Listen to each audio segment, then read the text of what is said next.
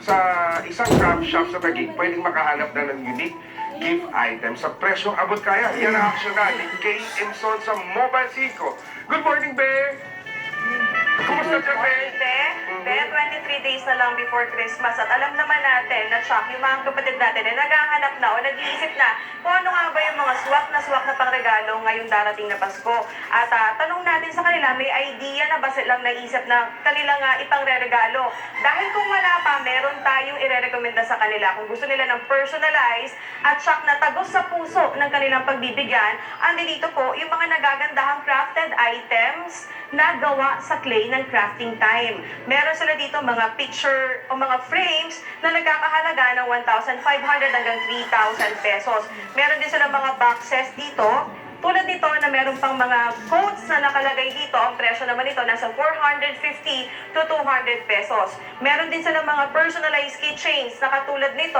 Ang presyo naman yan ay nagkakahalaga ng 150 to 300. Kung card case naman ang hanap ninyo, meron din po sila dito 450 pesos naman ang halaga. At kung gusto nyo naman po ng very unique na mga bracelet, eto po, tingnan po ninyo. Sino mag-aakala na ito po gawa sa mga piraso po ng magazine.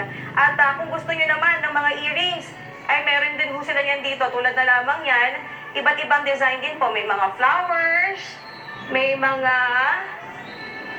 dangling na earrings, kompleto po sila dito. May mga pagpipilian sila. At kung necklace naman ang hanap, meron din sila dito na katulad nito. Ang nakakatuwa dito, dried flowers pa yung nakalagay sa loob. So, very detailed talaga siya.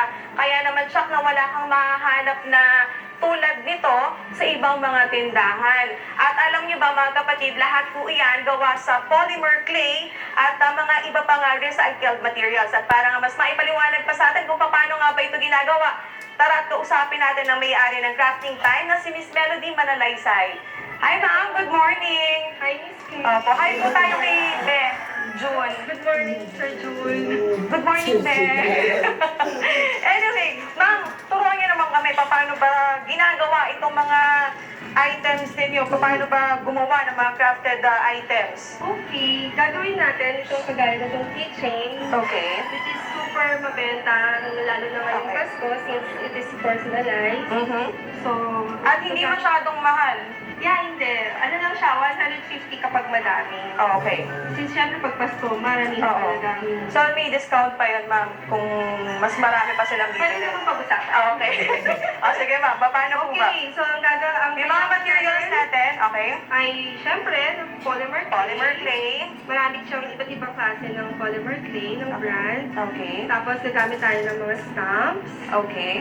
blades, Okay. needle tools, Paint.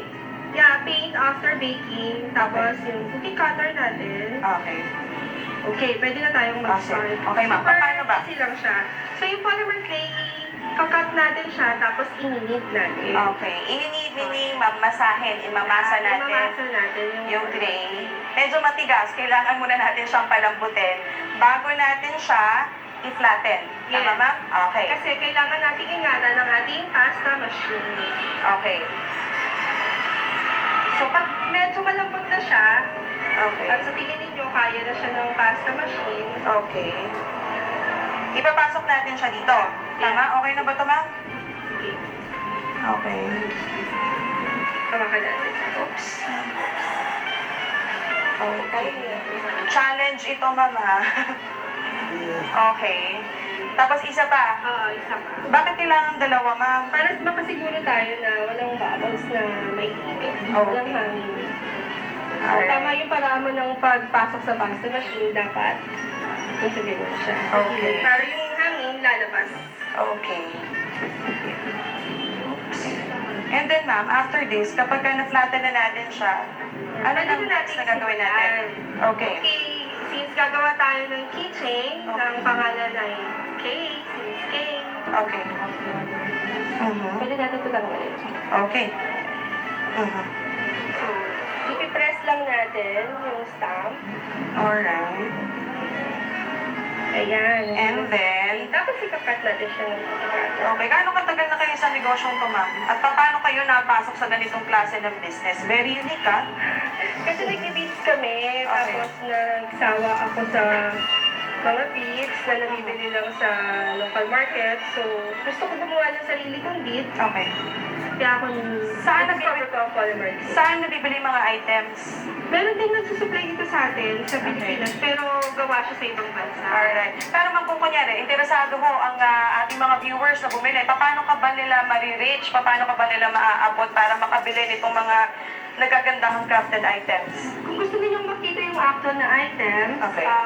Pwede kayong pumunta sa mga bazaars na sinasalihan namin. This Saturday, nasa BGC Art Mart kami, along High Street. Then, sa December 11 to 13, kasali kami sa Global Pinoy Bazaar, nagaganapin sa Glorieta.